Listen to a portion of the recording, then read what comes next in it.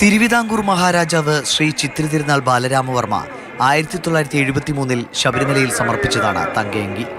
അയ്യപ്പസ്വാമിക്ക് മണ്ഡലപൂജയ്ക്ക് ചാർത്താനുള്ള തങ്കയങ്കി 451 പവൻ തൂക്കം വരും. പീഠം, പാതുകം, മാടകി, കയ്യുറ, മുഖം, കിരീടം എന്നിവ ഇതിൽ ഉൾപ്പെടുന്നു. ആറന്മുള പാർത്ഥസാരഥി ക്ഷേത്രത്തിൽ സൂക്ഷിച്ചിരിക്കുന്ന തങ്കയങ്കി മണ്ഡലപൂജയ്ക്ക് മുൻപായി രഥയാത്രയായാണ് സന്നിധാനത്തേക്ക് കൊണ്ടുവരുന്നത്. ഈ മാസം 23-ന് ആറന്മുളയിൽ നിന്നും ആരംഭിച്ച രഥയാത്ര വിവിധ പ്രദേശങ്ങൾ പിന്നിട്ട് ഇന്ന് ഉച്ചയോടെ പമ്പയിലെത്തും. ശരംകുത്തിയിൽ ദേവസ്വം ബോർഡ് നൽകുന്ന ഔദ്യോഗിക സ്വീകരണത്തിന് ശേഷം 6:15-ന് സന്നിധാനത്ത് എത്തിച്ചേരും. 6:30-നാണ് തങ്കയങ്കി ചാർത്തിയുള്ള മഹാദീപാരാധന. നാളെ രാവിലെ 10:00-ക്കും 11:00-ക്കും മധ്യേ മണ്ഡലപൂജ നടക്കും. 27-ന് രാത്രി അടയ്ക്കുന്ന നട ഡിസംബർ 30-ന് വൈകുന്നേരം 5 മണിക്ക് മകരവിളക്കുത്സവത്തിനായി തുറക്കും.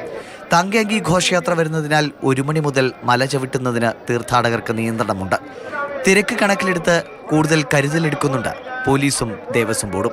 ദീപാരാധന പ്രമാണിച്ച് ഉച്ചയ്ക്ക് 1 മണി മുതൽ വൈകിട്ട് 5 മണി വരെ ഭക്തരെ കടത്തിവിടില്ല. അപ്പോൾ ഉണ്ടാകുന്ന വലിയ തിരക്ക് എങ്ങനെ നിയന്ത്രിക്കുമെന്നത് ഒരു ചോദ്യചിഹ്നം തന്നെയാണ്.